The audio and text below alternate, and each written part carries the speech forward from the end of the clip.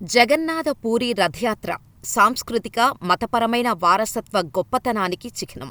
ఇది హిందువులలో మత విశ్వాసానికి ఒక ఉదాహరణ. జ్యేష్ఠమాసం పౌర్ణమి రోజున జగన్నాథుని స్నానయాత్ర పండుగని నిర్వహించారు.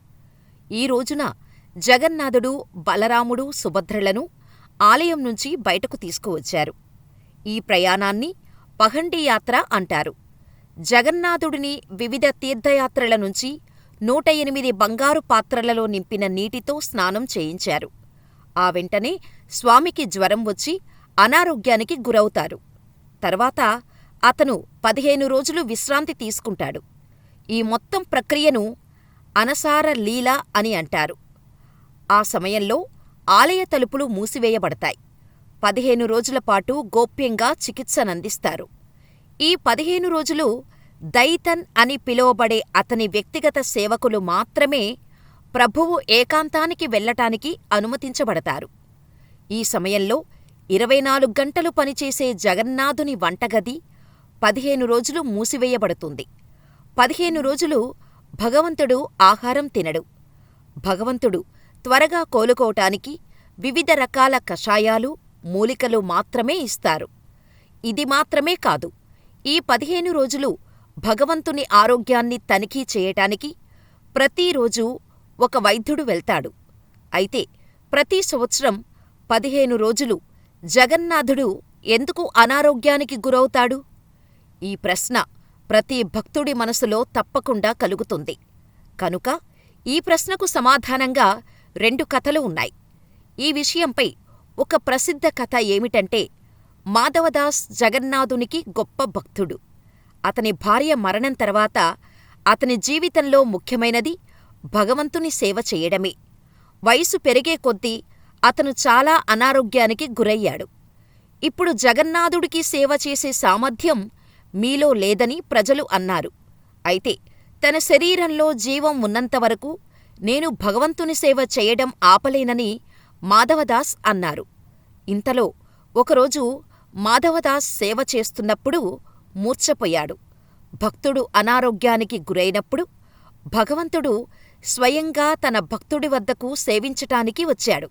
భగవంతుడు జగన్నాథుడు తన భక్తుడిని సేవిస్తూనే ఉన్నాడు. అతను స్పృహలోకి వచ్చినప్పుడు తనకు సేవలు చేసింది జగన్నాథుడు అని అతను అర్థం చేసుకున్నాడు. అతను భగవంతుని పాదాలపై పడి, ప్రభూ, నువ్వు నాకింత సేవ చేస్తున్నావు. నువ్వు దేవుడివైతే నీ సేవ నుంచి నన్నెందుకు దూరం చేశావు? నువ్వు అనుగ్రహిస్తే నాకు కలిగిన అనారోగ్యాన్ని నువ్వు తప్పించుకోగలిగేవాడివి అని ప్రశ్నించాడు. అప్పుడు జగన్నాథుడు, నేను నీ ప్రేమకు కట్టుబడి ఉన్నానని, అందుకే నేను నిన్ను సేవించటానికి వచ్చాను. అయితే నేను విధిని మార్చలేను. మాధవదాస్, నీ విధి లిఖితంలో ఇంకా 15 రోజుల అనారోగ్యం రాసి ఉంది. అయితే నీ ప్రేమను చూసి నీ ఈ 15 రోజుల అనారోగ్యాన్ని నేను తీసుకుంటున్నా అని చెప్పాడు.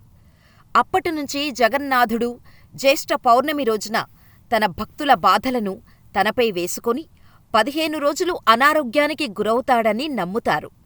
మరొక కథ ప్రకారం ఒరిస్సా రాజు కలలో జగన్నాథుడు కనిపించి, మహారాజా ఆలయం ముందు ఉన్న మర్రిచెట్టు దగ్గర బావి తవ్వించండి.